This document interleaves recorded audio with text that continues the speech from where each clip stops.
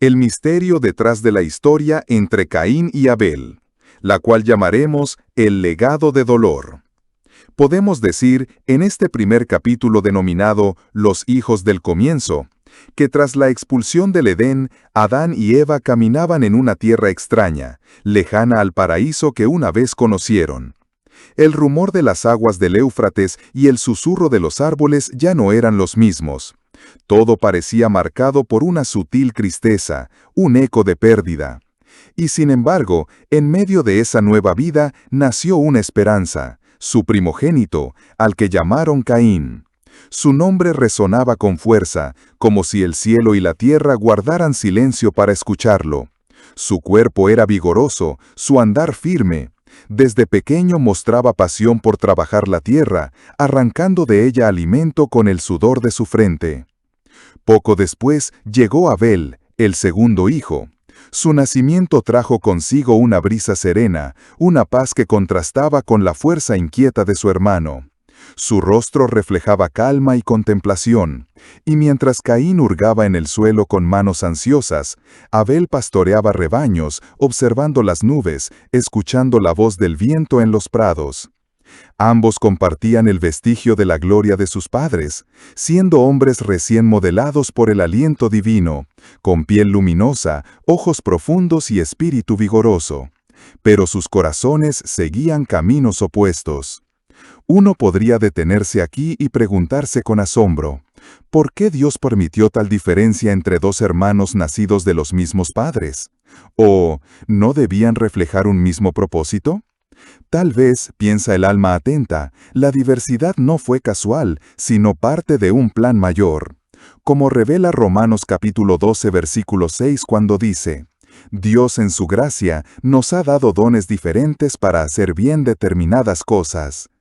Así comenzó a tejerse la historia de dos destinos, de dos caminos irreconciliables. Seguidamente, en el segundo capítulo llamado La ofrenda dividida, pasaron los años y los hermanos crecieron, cada uno en su arte. Llegó el tiempo de ofrecer sacrificios al Altísimo, y ambos se presentaron ante Dios. Caín trajo el fruto de su esfuerzo, siendo granos dorados, hortalizas frescas, producto del suelo que había domado con sus manos fuertes. En cambio Abel escogió lo mejor de su rebaño, siendo los primogénitos sin mancha, y los ofreció con reverencia. Después de esto, el fuego descendió del cielo, pero solo consumió la ofrenda de Abel. El humo subió recto hacia el cielo, como signo de aceptación. En cambio, sobre la ofrenda de Caín, el fuego no descendió hacia el cielo y el humo se desvaneció en el viento. Entonces la gran pregunta brotó en el misterio. ¿Por qué el esfuerzo de Caín fue rechazado? ¿No era fruto de trabajo y dedicación? ¿O no era digno su sacrificio? Pero la respuesta está oculta en la profundidad del corazón humano, como lo encontramos en Hebreos capítulo 11 versículo 4, cuando dice, «Fue por la fe que Abel presentó a Dios una ofrenda más aceptable que la que presentó Caín». No era la ofrenda en sí, sino el espíritu con que se daba. Uno dio con humildad y fe, el otro con orgullo y deber. En el tercer capítulo, llamado La ira se asoma, podemos entender que algo oscuro comenzó a crecer en el corazón de Caín.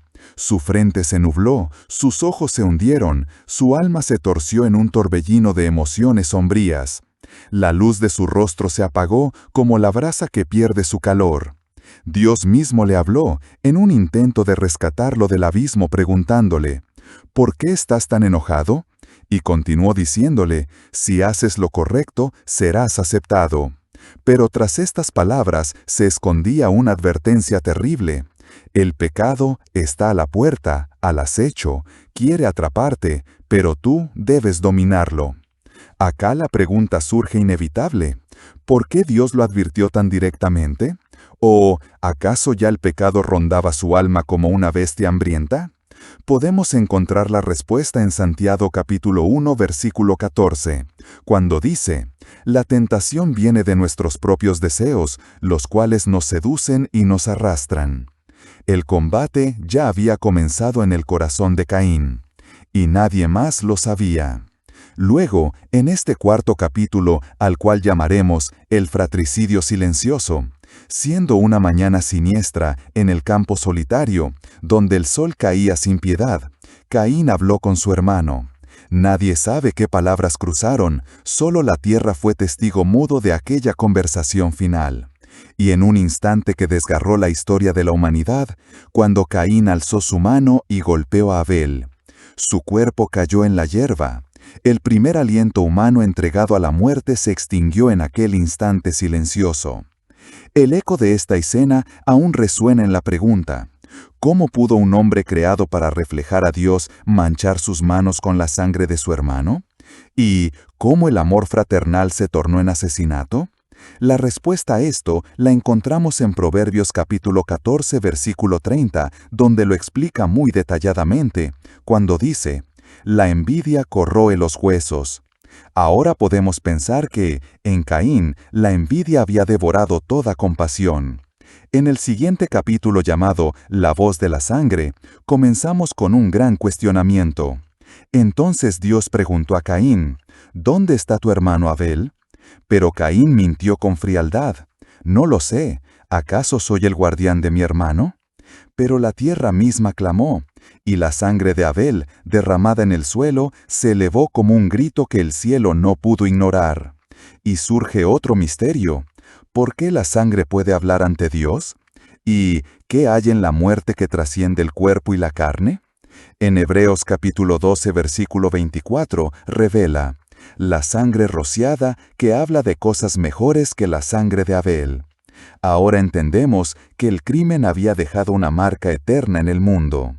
En el siguiente capítulo llamado El errante maldito, el juicio cayó como una sombra sobre Caín. Su rostro ya no tendría descanso, sus pies serían errantes, sus días llenos de temor. Pero entonces otro enigma surgió. ¿Por qué Dios no destruyó a Caín en ese instante? ¿O por qué le puso una señal de protección?